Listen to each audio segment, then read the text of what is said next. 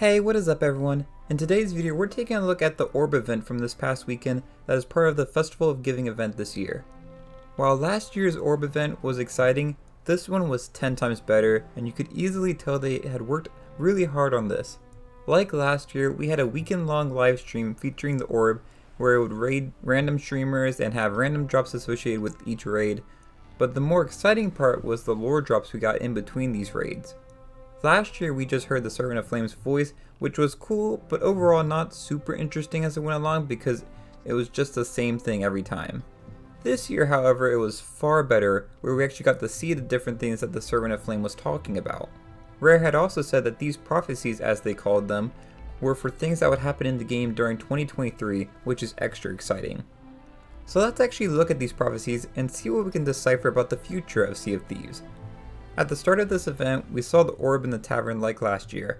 However, it was quickly stolen by the Reapers, resulting in probably now my favorite CGI trailer we've ever gotten for the game. The Servant of Flame corrupted the orb to reveal prophecies for him. The servant said some interesting things after bringing the orb to the Reapers there. First, he claimed the orb contains the voices of ancients past, which explains where the prophecies are from.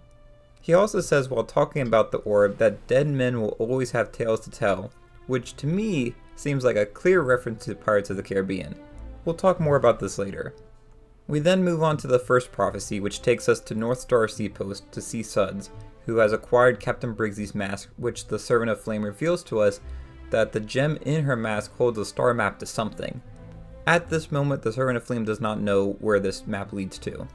Next we see Belle on Sunken Grove, and she has found the entrance to a temple with the help of one of the ancients. The servant says that the temple has both a curse and a cure.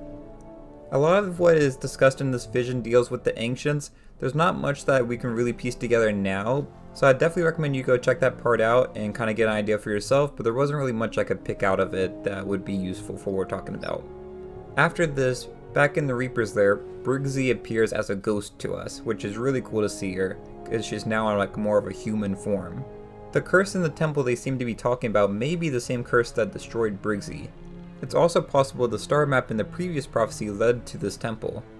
I think these two prophecies we saw are going to relate to next month's adventure, since this month seemed to be setting up a lot with Briggsy.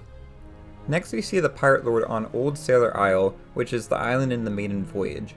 We find out something very interesting with the Pirate Lord, which is that he doesn't really like the trading companies, but views them more as a need in the fight against Flameheart and the Reapers. At the end of this, the Servant of Flame says a pirate's life for us.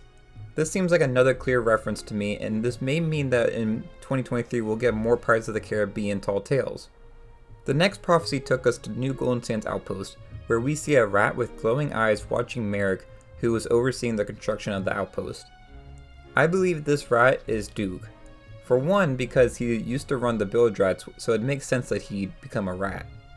As well as a line from the Servant of Flame claiming it was an impostor, this suggests that whoever was watching Merrick is not on the side of the Reapers or the Guardians of Fortune.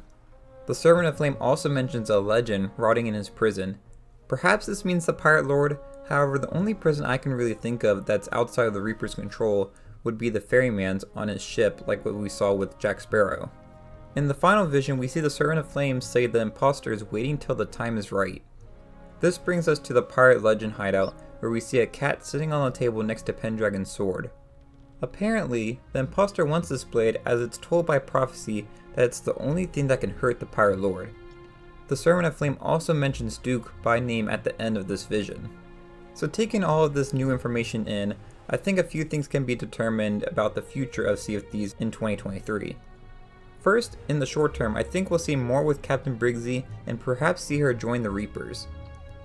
That I assume will play out in the upcoming adventures. Further down the line though, I think we're gearing up for a story more focused on the Ancients and them having a bigger role in the Sea of Thieves world. I would also expect us to return to the Shores of Gold in a future adventure during the storyline.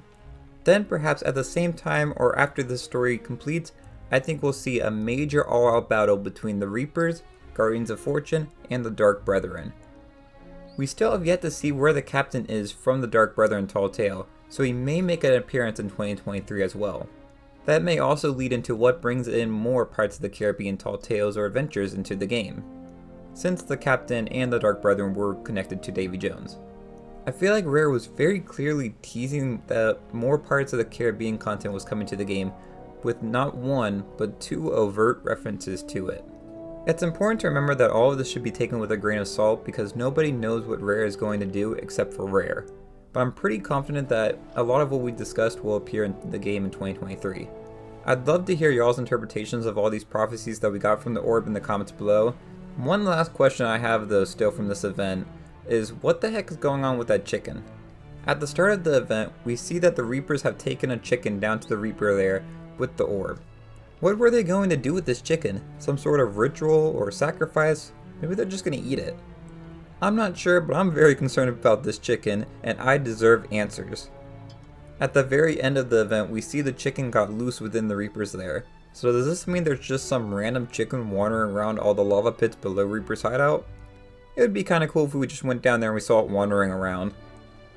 But that's all I got for this video. If you enjoyed, it'd be great if you hit the like and subscribe. And make sure to check back on Thursday as we'll be doing a deep dive into the history of the Servant of Flame and the creation of the Reaper's bones. Thanks for watching, and I'll see y'all later. Bye y'all.